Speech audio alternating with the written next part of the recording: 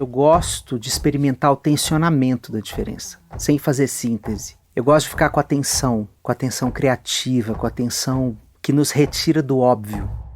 Tem uma definição do diálogo que eu gosto de uma terapeuta chamada Harlene Anderson. Ela diz assim: o bom diálogo acontece quando você deixa o outro acontecer para você. Isso é muito profundo. Quando nós percebemos que nós somos mais contraditórios do que nós somos, a gente também está mais pronto para escutar o desejo.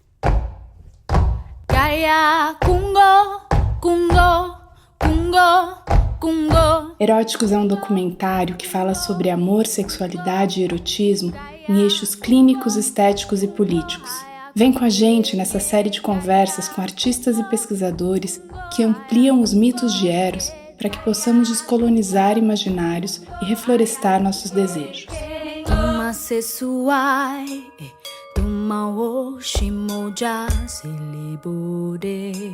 Olá, prazer! Eu sou a Maíris Combate, psicóloga e pesquisadora, e nosso entrevistado de hoje é o Alexandre Coimbra Amaral, psicólogo, terapeuta familiar e de casais, escritor e palestrante, podcaster em Cartas de um Terapeuta e autor de diversos livros do selo Paidós na editora Planeta.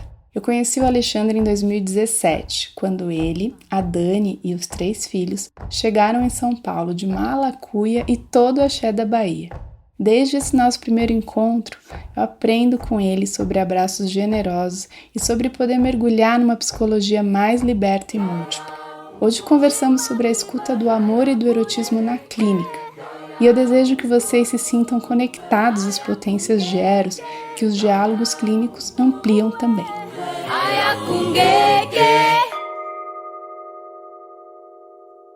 Começo perguntando como você se chama. Eu me chamo Alexandre. E o que te chama?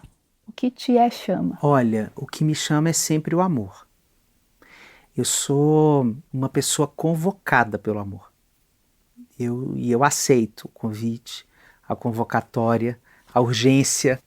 Eu acho que eu vim ao mundo para conversar sobre o amor. Sobre isso. A minha vida é sobre isso. Ganha nomes pomposos, teorias classudas, mas é sobre isso. Que lindo. E quando você leu o projeto, Xande, o que te chamou ali? Além da sua generosidade de estar aqui me ajudando. Eu acho que, primeiro, que esse é um tema revolucionário. As boas revoluções me interessam. Ainda mais uma revolução que fale do amor, né? Uma revolução que esteja falando sobre liberdade, sobre autonomia dos corpos, sobre palavras benditas sobre o desejo. Então, tudo isso é parte de um exercício necessário ao nosso tempo. A gente vive um tempo em que ou a gente não tem tempo nem sequer para viver o amor, que dirá para falar dele, né? Então, o que me convocou, o que me chamou, o que me produziu desejo imediato, primeiro foi estar com você, e em segundo lugar, falar desse tema. E nos seus projetos, o que tem te feito brilhar os olhos nesse momento? Olha, eu sou uma pessoa que tenho descoberto, talvez nos últimos 15 anos, o direito à multiplicidade. Eu nunca fui uno, nunca me reconheci como uma pessoa de um só tipo de prazer, de um só tipo de gosto. Por exemplo, eu adoro estar com gente. E gente igual não me interessa. Eu gosto de estar com gente diferente. Eu gosto de experimentar o tensionamento da diferença, sem fazer síntese. Eu gosto de ficar com a atenção criativa, com a atenção que nos retira do óbvio. Eu não sou uma pessoa apaixonada pelo óbvio. Eu sou um devoto da inovação, da curiosidade e da invenção que a alma tem, né, como pressuposto básico. Então, nesse momento, né, sobretudo nesses 15 últimos anos, mas eu estou vivendo nesse momento uma intensidade enorme disso, eu estou fazendo uma integração de polos de mim, né? porque a arte sempre existiu na minha vida como um pé de página, né? Como um elemento para ilustrar o que eu queria dizer como psicólogo. E aí agora ela está existindo como tal, né? Está se reconhecendo artista. Estou me reconhecendo artista e estou desejoso de que ela ocupe o seu espaço em mim e fora de mim, condizente com o que eu sinto, né? Então eu sinto uma necessidade urgente de produzir arte, o tempo inteiro, sempre fui assim. Então a psicologia vai ter que se virar, ela que lute, a psicologia que lute, porque a arte está vindo e está vindo como maestra dessa orquestra. É a arte que está dando o tom dessa integração, e não o contrário. E não a psicologia que está dizendo, mas será que você deveria falar desse jeito, fazer desse jeito? Então, eu estou em fase de transição até um ponto em que eu acho que lá na frente, talvez não muito depois de hoje, eu possa dizer, eu sou um artista que por acaso sou psicólogo. Por enquanto, eu sou um psicólogo meio diferentinho. Mas o artista está encontrando lugar de existência muito confortável, muito confortável. Eu acho que isso tem a ver com cabelos brancos, rugas, linhas de expressão, a passagem do tempo, a consciência do envelhecimento, né? Eu estou na adolescência da envelhecência. Então, isso é uma oportunidade de exercitar o protagonismo, olhando para o desejo e dizendo e aí? Você vai querer só comida ou você também vai querer diversão e arte? E qual o lugar dessa diversão e dessa arte? Então, tudo que eu estou fazendo hoje tem a ver com isso. Tá bonito de ver o fluxo. Para mim é inspirador também, porque eu fico precisando muito da arte o tempo todo na minha vida. E esse projeto nasce também com esse desejo de trazer arte. Também para a clínica, né? Misturar a psicologia, a arte e os eixos estéticos, clínicos, políticos, né? De falar sobre o erotismo, sobre o amor. Acho que estou aí também. E muito com esse campo da troca, né? E da conversa como um motor para achar as narrativas, né? Para achar no diálogo, na troca. O tema que eu pensei em conversar com você, junto do seu processo, é a escuta do amor e do erotismo na clínica, né? Na clínica contemporânea, considerando toda a sua bagagem de terapeuta de casal, de famílias e sendo uma pessoa com uma cabeça aberta, de uma escuta corajosa e amorosa também.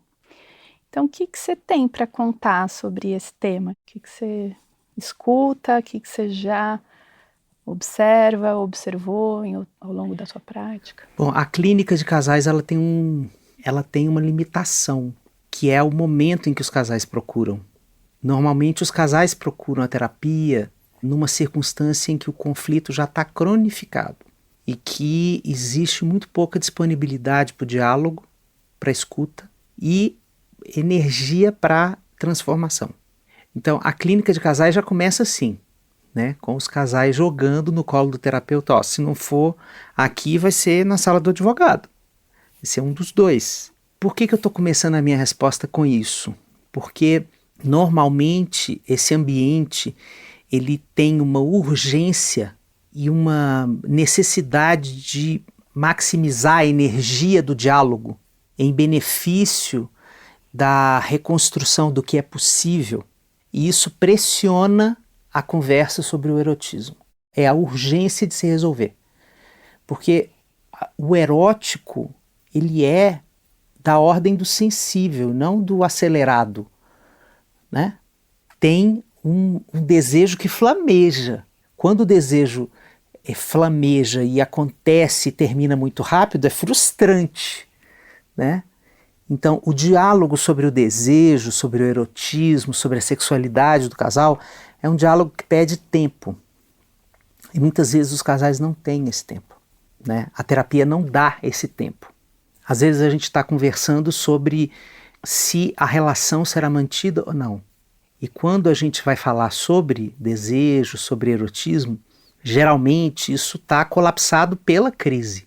Então, o que a crise conjugal faz é soterrar o erotismo, porque você perde aquele olhar admirativo, né? Você perde aquele olhar que oferta tempo para desejar o outro e para se colocar como desejante. Então, a crise conjugal ela tem esse lugar que é difícil para a dinâmica da terapia de casal. Agora, pronto, eu fiz esse parênteses porque eu acho que é uma limitação de muitos processos conjugais.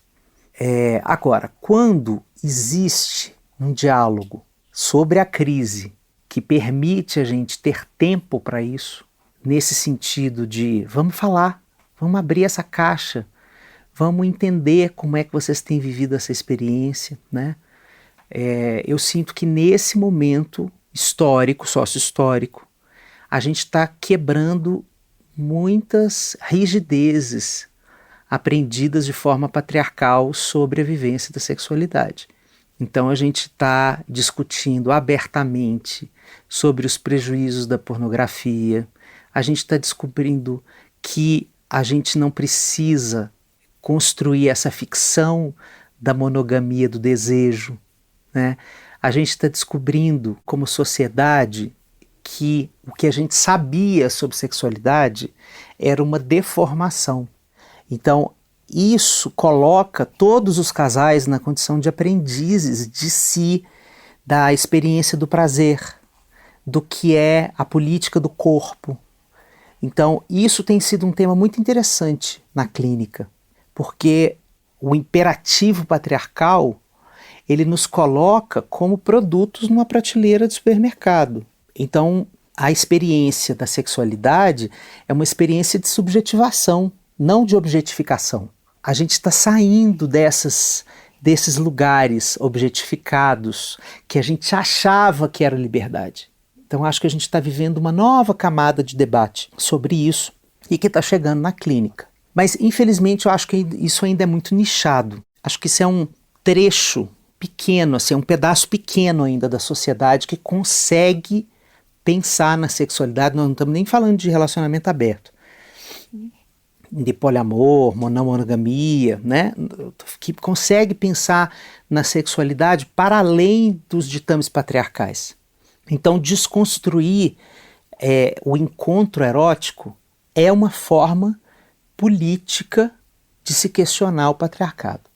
No que você vai observando da clínica, dessa diversidade também, imagino que você, mais até do que eu, já atendeu casais que tinham aberturas para conversar sobre o próprio desejo e casais que ainda estão num nível de sofrimento por um ciúme doentio, por exemplo, ótimo. Né? E considerando, né, que a terapia de casal costuma ser um espaço de uma psicoterapia mais breve, né?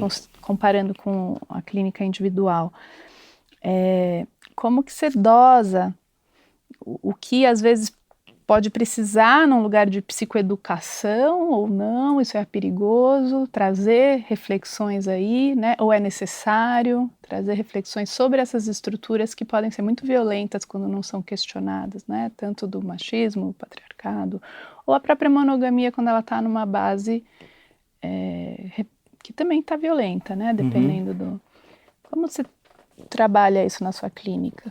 Olha, quando a gente está diante de temas que são tabus ou temas sensíveis socialmente, eu prefiro primeiro sondar qual é o lugar em que a pessoa está ou que o casal está em relação a essa temática e fazer alguns testes sobre como eles escutam possibilidades de se questionar determinados parâmetros de vida, né? E se eu recebo um muro como resposta, eu retroajo para um nível anterior em que eles consigam conversar.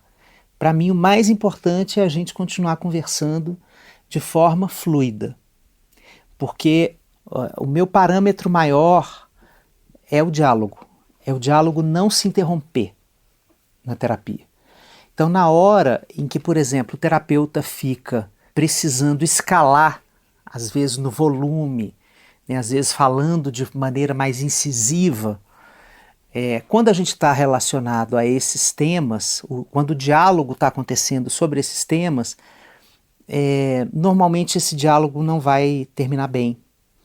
A gente precisa fazer uma retroação e trabalhar em níveis mais primários, em que as pessoas se sintam confortáveis para conversar.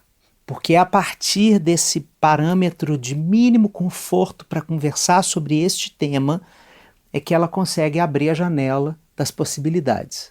Então, nunca pressupor que as pessoas estão prontas para conversar sobre isso, porque a gente vive numa cultura que silencia a palavra sobre o prazer, a palavra sobre a sexualidade, a palavra sobre o desejo.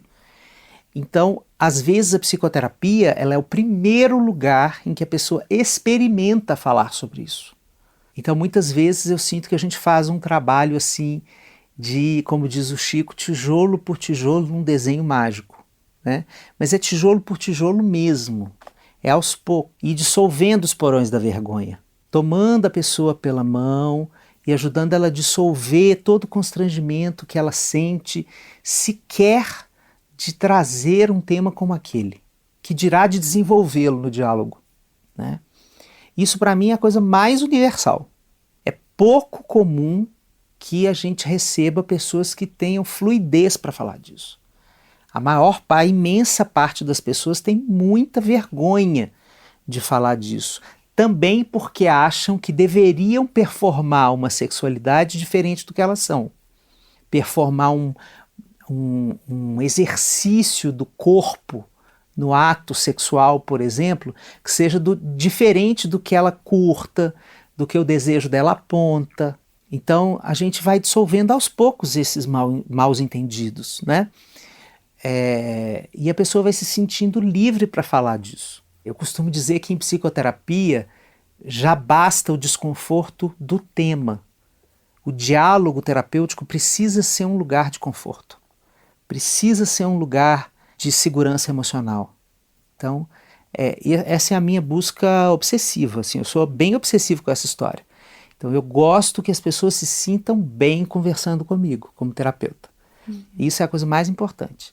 E eu, sobretudo, como eu tenho uma mente muito libertária, eu presto muita atenção aos momentos em que a pessoa se assusta comigo ou projeta que eu seja, inclusive, mais libertário do que eu de fato sou. Mas o fato de escutarmos qualquer coisa que venha do outro, isso é assustador, porque essa não é a condição humana, né? A condição humana é limitada nessa possibilidade de entrar em conexão com o outro, de conseguir construir empatia, de conseguir compreender, de dar as mãos, né? Então, esse exercício que um terapeuta faz, ele pode fazer neste tema da sexualidade com que a pessoa se sinta muito pequena. Então, eu acho importante a gente fazer uma conversa em que a pessoa se sinta super de boa de ser quem ela é, do jeito que ela estiver com a sexualidade dela, né? E você já viveu, onde eu vivo, que é tão lindo quando acontece, né? Quando vem aquela experiência de eu nunca falei disso, né? A primeira vez que eu estou conseguindo falar sobre isso e o corpo relaxa, né? Sim. Da pessoa, assim, e às vezes vem uma emoção forte e algo acontece naquela possibilidade de falar disso, né? Seja de uma grande vergonha, de traumas, né? Isso é um outro assunto que eu também quero conversar assim com você, o quanto o trauma muitas vezes atravessa as escutas da sexualidade, do próprio erotismo, da relação de casal e individualmente, né, também.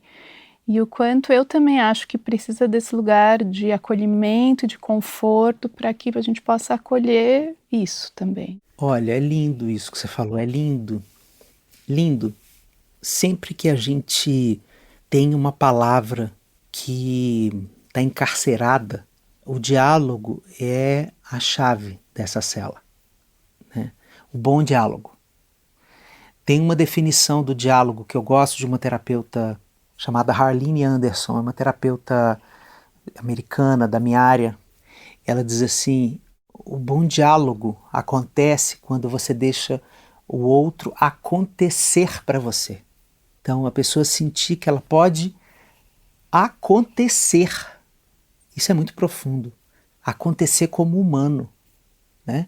Isso significa, inclusive, uma dimensão de invenção, do que eu não sabia do que eu poderia vir a ser. Mas nessa conversa eu descubro que eu posso ser muito mais do que eu tenho sido. Então, essa dimensão desse acontecimento como uma revelação de mim para mim mesmo. Então, isso me interessa muito. Na hora que acontece esse tipo de cena que você está falando, eu sinto que acontece isso. Que está acontecendo, a pessoa está acontecendo para ela própria. Assim, olha, eu estou sentindo uma coisa aqui agora que eu não imaginei que eu pudesse sentir. Que é essa, por exemplo, este alívio relacionado a esse tema que sempre me trouxe só sofrimento, opressão, e de repente eu estou me sentindo em estado de libertação da alma. Quando esse tipo de coisa acontece, eu acho que a gente ganha muito espaço para conversar. Então, já que no início da conversa eu estava falando sobre a dificuldade que às vezes a gente precisa cuidar de como estruturar esse diálogo, na hora que esse tipo de sensação acontece, é uma permissão que a gente recebe para celebrar em primeiro lugar. Eu acho que é um ato celebrativo. É um presente testemunhar, né? Uma experiência dessa. Assim, eu me sinto celebrando ali com a pessoa a liberdade de falar sobre isto. Então, é um ato celebrativo e que a gente transforma em uma pergunta mais profunda sobre o desejo. Então, a forma da gente celebrar essa permissão que você está sentindo aí agora, esse alívio que você está sentindo aí agora e aí, você é quem? Como é que a partir desse lugar de mais conforto, você consegue se escutar? O que você escuta sobre você? Que não estava acessível antes de você conseguir esse estado de satisfação, de relaxamento aqui na nossa conversa, né? E aí você aprofunda a escuta do desejo. Aprofunda a escuta do desejo. Aprofunda a escuta do desejo. E uma coisa que eu acho importante eu acho que você fez uma pergunta sobre psicoeducação, e eu acho importante sim falar para as pessoas algumas coisas que muitas pessoas não sabem. Por exemplo, sobre a incontrolabilidade do desejo. Tem pessoas que vêm com esse mito, né? Então é importante a gente explicar. Que não pode nem sonhar que está errado, né? A incontrolabilidade do desejo, a gente poder conversar abertamente sobre essa percepção de si que é contraditória, a ambivalência do desejo, poder assumir que a gente não é esse ser formatado que gostaríamos ou que o mundo gostaria que fôssemos, né? Então, eu vou repetir essa frase. Quando nós percebemos que nós somos mais contraditórios do que nós somos, a gente também está mais pronto para escutar o desejo. Porque não é possível escutar o desejo sem escutar a própria contradição. Então, às vezes, conversando sobre um tema que não seja o erotismo ou a sexualidade, mas apoiando a pessoa a sustentar o contraditório em si, a gente está ali chegando perto na conversa. Então essas características do desejo podem estar bloqueando também outras áreas da vida, e às vezes é mais fácil começar a trabalhar por aí do que entrar ali direto, porque a pessoa espana. Né? Então eu sinto que a gente está falando da mesma coisa.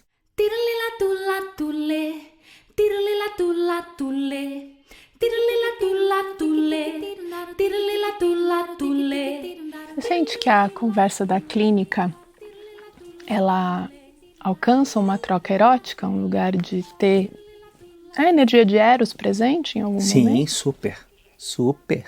Como que você percebe isso? Né? Eu acho que a fala bendita sobre o desejo, ela o representa. Então, é inclusive importante que Eros esteja na clínica para que a pessoa se aproprie do direito de falar sobre o seu desejo na hora, por exemplo, em que ela precisar limitar a ação do outro. Como é que você limita a ação do outro? Como é que você exerce o direito ao consentimento do seu corpo? Através da palavra. Então, a gente precisa erotizar a conversa na clínica para a pessoa se sentir pertencente a esse mundo na hora em que ela precisar, inclusive, ter mais força para fazer qualquer tipo de interdição a uma ação do outro que seja violenta para ela, né? Então, para isso, a gente precisa colocar na palavra. E ela precisa ter intimidade com essa palavra sobre o desejo. Isso é uma coisa que se conquista aos poucos. Se a gente está num mundo em que a gente vive tantos avessos em relação à noção de si, né? Que temos aí discursos circulando na nossa sociedade que o meu corpo pertence ao meu marido e excrescências desse tipo, a gente está ainda falando de um mundo que produz com muita confusão sobre de quem é o corpo, né? Que é autonomia, um corpo que não né? é da criança, é do adulto, um corpo que não é da mulher, é do homem, né? Um corpo que não é para escutar o desejo, sim para ser reprimido nesse desejo. Para pertencer socialmente, você precisa reprimir absolutamente esse desejo. Então, se nós temos ainda alguns lugares na sociedade que sustentam isso como um valor muito intrínseco, a conversa sobre isso, ela é libertária por si.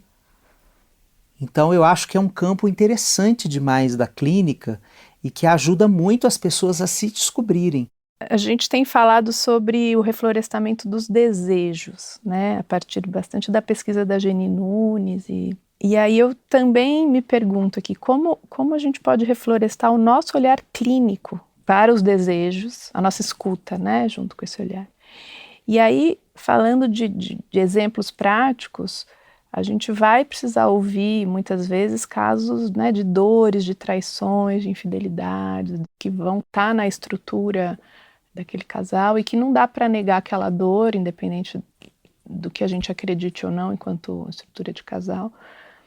Mas eu acho que a gente está num momento diferente, onde a escuta disso já é diferente também. Uma infidelidade, primeiro a gente precisa entender o que é para aquele casal essa infidelidade, o que está sendo traído ou não, né? Antigamente era muito mais fácil e repressor também, na minha visão, né? Ela olhou para outra pessoa, isso é uma traição, né? Bom, a infidelidade, do jeito que nós entendemos isso, fomos ensinados a entender, ela está muito centralizada na restrição monogâmica, que dá para o desejo. Então a infidelidade é esse desejo partindo para um ato que deveria ter sido contido. Mesmo antes de conhecer tudo que a gente está conhecendo hoje, eu já entendi a infidelidade como um jogo de frustrações de expectativas, né? E expectativas que não são colocadas de forma aberta e precisa, né? Então eu me sinto traído por você porque você rompeu com uma expectativa que eu tinha do que você pudesse me entregar como parceiro ou como parceiro e você o fez. Às vezes o outro nem sabe o que você esperava dele, mas você se sente traído. Às vezes o fenômeno da traição acontece para poder se falar sobre expectativas. Acordos que não tinham sido minimamente construídos naquele casal. E quanto mais fluidez nós temos nas relações amorosas, maior o risco de nos sentirmos traídos. Porque essa fluidez ela pode se confundir com a ausência de acordos. E não é a mesma coisa. Todo relacionamento tem que ter um acordo. Tem que ter uma pactuação do que é que nós estamos vivendo aqui. Se isso não é feito, isso entra, por exemplo, nesses fenômenos que a gente vive hoje. Por exemplo, o ghosting, né, como um fenômeno dos nossos tempos. Quer dizer, eu fico com uma pessoa à noite depois de encontrar e fazer o match no Tinder, eu encontro essa pessoa, tenho uma noite com ela, ali na hora que acontece é muito bom e depois a pessoa desaparece. Então, esse desaparecimento, é o desaparecimento em cima de uma expectativa que foi criada dentro do próprio encontro de que ele pudesse se reproduzir de alguma maneira, ou que ele pudesse ter uma continuidade. Então, nós hoje confundimos a fluidez com a ausência da necessidade de pactuar relações. Sempre a gente vai precisar da palavra para pactuar o que é que nós estamos vivendo em qualquer tipo de relacionamento. Sartre dizia lá que o homem está condenado a ser livre. Essa é uma das formas da gente entender o que ele estava dizendo, né? A liberdade da experiência traz uma condenação. Por exemplo, eu não sou totalmente livre porque tem um atrito entre os desejos que não pode prescindir da palavra. Então, o que você quer e o que eu quero com esse relacionamento, eu não sei até que a gente converse, por mais que seja uma noite apenas. A fluidez, né, a liquidez dos relacionamentos pós-modernos, ela traz, sim, por um lado, que é maravilhoso, a multiplicidade de arranjos conjugais. A gente vive inúmeros tipos de experiências conjugais, mas a gente também vive uma ausência de marcadores culturais sobre qual o próximo passo, né? Por onde eu caminho. Então, a clínica hoje é muito frutífera nesse sentido. A pessoa tem uma noite legal com a outra e depois a próxima sessão é assim, tipo sessão de adolescente, assim, você acha que eu ligo? Você acha que eu não ligo? Você acha que eu deveria mandar uma mensagem? Será que é pelo Instagram? Será que é pelo WhatsApp? Será que eu posso falar isso com ela? Será que eu gravo áudio? Áudio muito longo quer dizer que eu sou muito careta e que eu não deveria... Então, a gente está vivendo essa ausência de parâmetro. Isso é fruto dessa liquidez. Então, a palavra continua sendo necessária. Então, se nós transformarmos a palavra numa espécie de caretice, a gente vai se lascar. Tá ferrado. Né? A gente tá ferrado. Então, a palavra não é careta, a palavra é libertária, a palavra dá contorno. O contorno para a relação equaliza expectativas e faz com que as pessoas se sintam mais confortáveis para viver exatamente o encontro. Então, em primeiro lugar, eu acho que as experiências de infidelidade, elas estão nesse lugar. Se eu me sinto traída ou traído, é porque existe um problema na expectativa. Muito mais do que nessa figura marcada da pessoa que trai, sacana, sabe? Os maus entendidos dos relacionamentos são muito mais sutis do que essas grandes figuras românticas, como o traidor, o traído, né? Eu acho que a gente está num momento de desconstruir isso. Eu acho que descolonizar os afetos, como a Jaine traz, também tem a ver com isso, né? De retirar as pessoas desses lugares marcados e nos colocarmos como aprendizes do próprio desejo. E para a gente ser aprendiz de uma coisa, a gente tem que se convocar a, primeiro, experimentar. Todo aprendiz é um experimentador, né? Depois, quando a gente erra, a gente precisa ter compaixão com o seu erro e com o do outro, né? A caneta vermelha, Paulo Freire nos ensinou que aquela caneta vermelha ali não é uma coisa muito legal para o aprendiz. Então, as relações também pedem que não seja essa caneta vermelha. E, paradoxalmente, nós estamos vivendo uma época do cancelamento. Então, essa é uma pressão dos nossos tempos. A gente não pode errar, né? Uma palavra maldita, uma palavra mal colocada, pode fazer com que o outro desista de mim. Isso não está só no discurso social, isso está nos relacionamentos eróticos, isso está no relacionamento afetivo. Então acho que a gente tem desafios inerentes ao nosso tempo. Essa ideia de reflorestar a clínica me parece interessante demais, porque isso faz de nós terapeutas aprendizes das experiências dos casais que a gente atende. Porque está sendo muito comum que os casais experimentem experiências, cenas, que não estão na literatura, que nós não aprendemos, que é a primeira vez que a gente escuta. Então, o nosso exercício é transformar o julgamento em curiosidade, né? Deixa eu escutar mais sobre isso aqui, para entender do que vocês estão falando, porque eu não conheço, né? Então a gente precisa assumir, como escutadores de histórias, que existe uma vastidão de histórias que estão sendo criadas pela primeira vez na cultura. Nomes que estão sendo criados que não existiam. Quando nós nos formamos para escutar histórias. Então é muito lindo esse processo. Então esse reflorestar eu escuto desse jeito, né?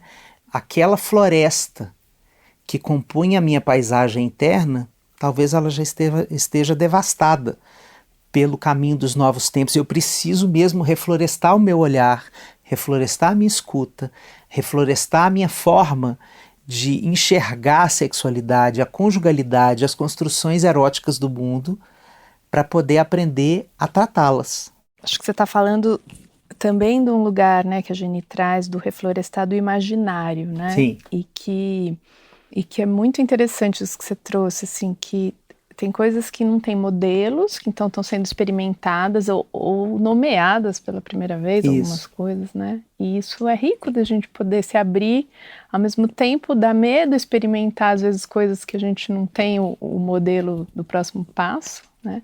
Mas me parece que para o lugar do desejo que não é controlável nessas caixinhas, pode ser interessante, né? Essa liberdade de poder escutar e deixar observar, né, para onde vai esse desejo.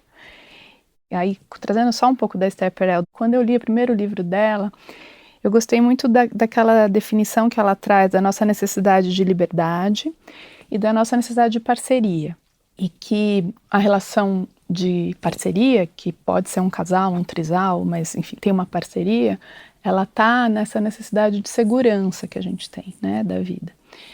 E o sexo, as experiências de descobertas sexuais, elas estão no lugar da liberdade. Então, a necessidade de segurança e de liberdade. Quanto mais segurança, menos liberdade. Então, se você vai botando grade numa casa, você vai se sentir, né, mais preso. E ela fala também que quanto mais liberdade, aí isso pode ser um pouco ambíguo, mas vai diminuindo a segurança, né, também. E hoje em dia eu vejo, assim, eu gosto muito das discussões que estão se fazendo e abrindo sobre não colocar, né, a monogamia compulsória nas relações, não hierarquizar num lugar violento. Ao mesmo tempo, eu acho importante a parceria para quem tem necessidades de parcerias, né? Claro. E como a gente também consegue ter esses espaços na vida da liberdade, da parceria, da segurança e da experimentação mais liberta. Como que você escuta isso também? Bom, qualquer relacionamento, em qualquer a gente perde um pedaço de autonomia para ganhar em pertencimento. Qualquer relacionamento. Relacionamento com filho, por exemplo, a gente não tem mais o mesmo nível de autonomia que a gente tinha para decidir que hora a gente precisa almoçar. A gente sabe que é estruturante para aquela criança almoçar em determinado horário. Então, para pertencer àquela relação, eu preciso olhar para essa perda de autonomia. Isso é real em todo relacionamento. Então, não existe nenhum relacionamento sem perda de autonomia. Nenhum. Nenhum. O mais libertário dos relacionamentos é um atrito de desejos. E eu preciso fazer combinados e concessões que incluam os dois. Então, essa matemática entre liberdade ou autonomia e pertencimento é uma conta que nunca fecha. A gente vai olhar para ela a todo tempo e ver do que a gente está precisando naquele momento. E conversar com a pessoa com quem a gente está desenvolvendo um relacionamento e falar, olha, está faltando isso aqui para mim. Como está isso para você? O que tem te faltado? O que tem te alimentado essa relação? Como você tem se sentido nutrido, nutrida, nutride nessa relação? Mas para onde a gente se encaminha agora? Porque se a gente está falando de liberdade, a gente está falando também de uma possibilidade das regras serem fluidas.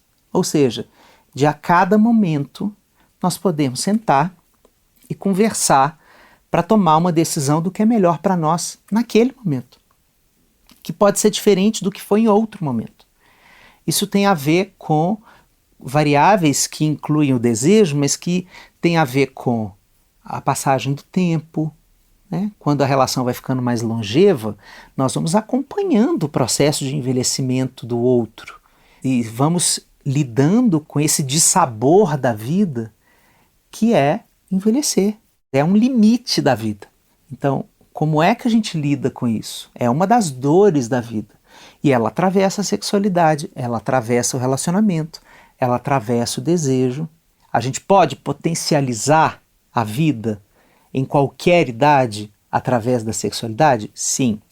Mas a gente precisa olhar, por exemplo, para essa variável. Então, quando a gente vive uma relação, a gente merece ter o direito de discutir sobre ela, sobre o funcionamento dela, inúmeras vezes, né? Qualquer tipo de relação.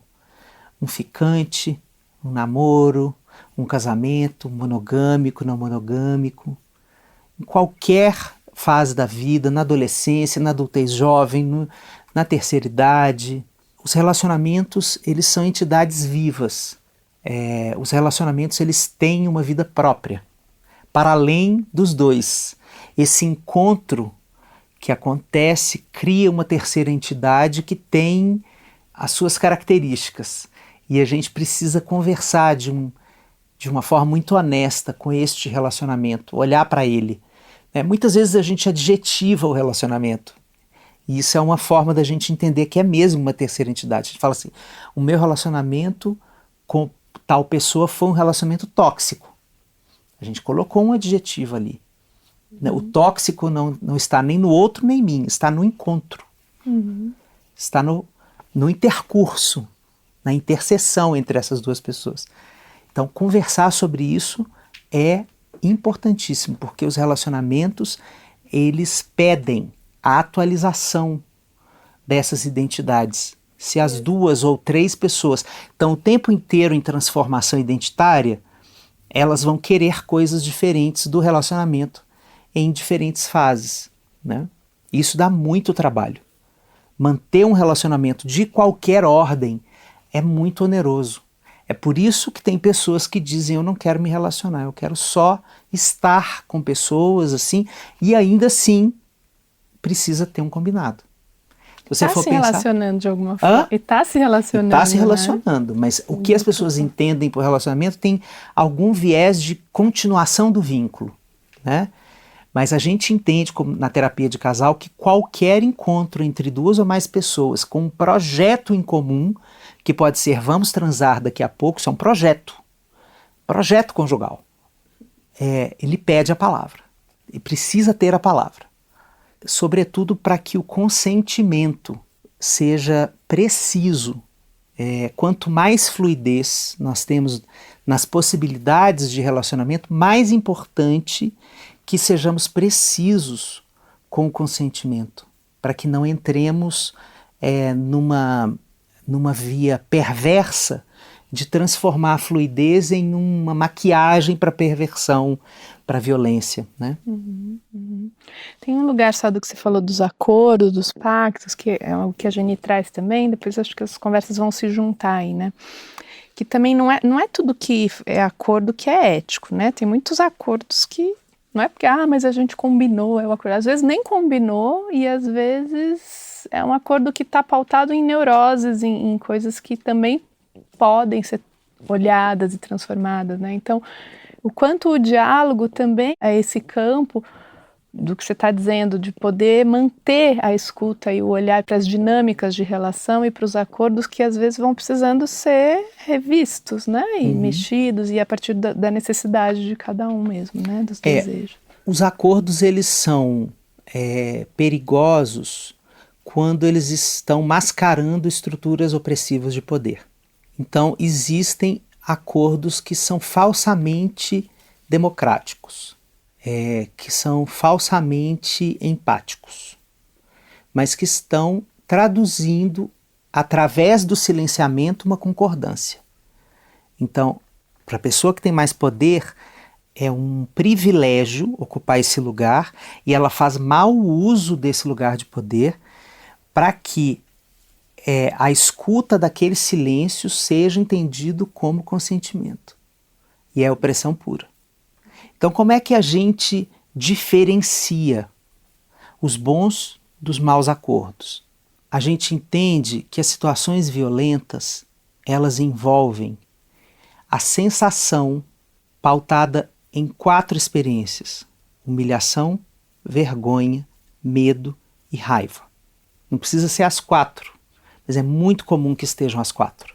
Quando a pessoa sente essas coisas, ela pode voltar lá, na experiência da cena que ela viveu, e ela vai escutar aquele momento em que ela gostaria de ter dito algo e não conseguiu, gostaria de ter interditado outro e não teve poder para isso, ou não teve coragem para isso, né? Tem um pedaço da cena em que ela volta e diz: é verdade, teve um momento ali que eu não queria que aquilo acontecesse, né? Então, essa história do acordo, por exemplo, quem cala consente, essa é uma frase profundamente autoritária. Então, os acordos para os relacionamentos, para não gerarem violência, eles precisam discutir estruturas de poder. E não somente essas estruturas de poder mais clássicas, do tipo homem-mulher, branco-preto, né? Mais novo, mais velho. Não só essas estruturas mais clássicas, mas também, por exemplo, nas novas relações amorosas, uma variável que eu tenho percebido que pode dar margem para abuso é o quanto eu sou desconstruído, libertário, não careta, e eu uso isso para oprimir o outro. E o outro se sente envergonhado de ter travas, envergonhado de ter bloqueios, envergonhado de ter um ciúme que não deveria sentir numa relação poliamorosa. E o espaço da conversa sobre isso é transformado num tabu, né? E a pessoa se submete para não parecer ao olhar do outro que ela é mais conservadora.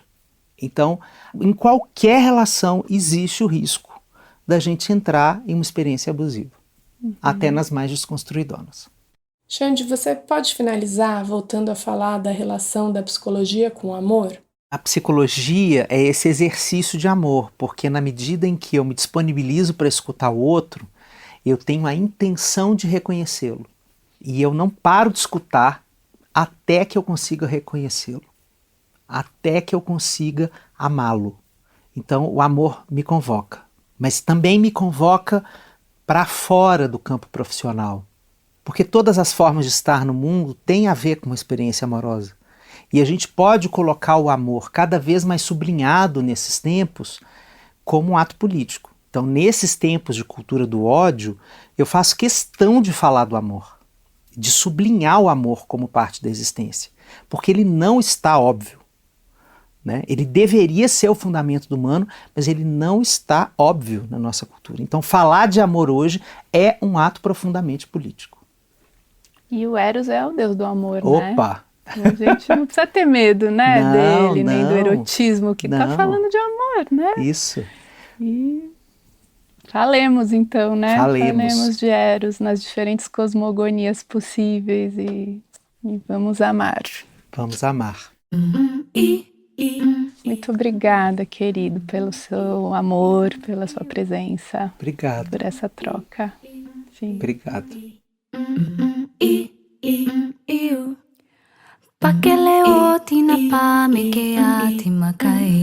As músicas do podcast são trechos das canções Kungô e Pacaleô, de Lena Bauli, que é quem também vai assinar a criação musical do nosso filme.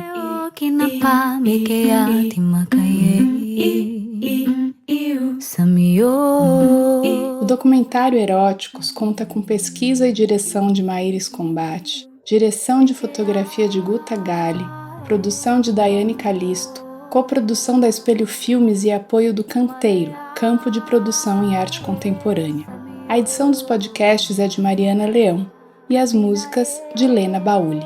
Agradecemos a todas as pessoas queridas que nos acompanham nessa primeira parte da pesquisa, em especial as entrevistadas, a Biana, Alexandre Coimbra Amaral, Catarina Gushken, Céu Cavalcante, Gal Ópido, Geni Nunes, Janaína Leite, Lena Bauli, Pedro Ambra, Renato Nogueira e Viviane Mosé.